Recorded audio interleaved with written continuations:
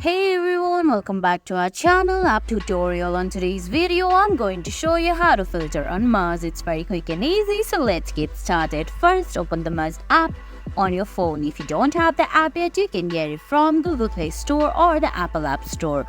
Once you do that, launch the app and sign in into your Muzz account. Now on the screen, you can see options like Marries, Explore, Chat and Menu at the bottom of your screen, while at the top left corner you can see two lines with little circles on it. All you have to do is tap on it. There you go. There you can filter the age, limit location, sex, ethnicity. Well, you have advanced filters as well. You can find profile preferences, basic information, height, marital status, children, education, profession, languages, ethnic origin, marriage plans, relocation plans, family plans, religious practice, prayer level, diet, alcohol, smoking, convert reward, interest, and personality traits. Guys, you can filter all these, but you have to be a golden level on the Muzz app.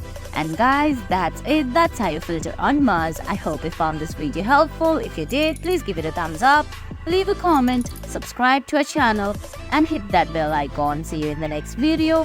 Thanks for watching.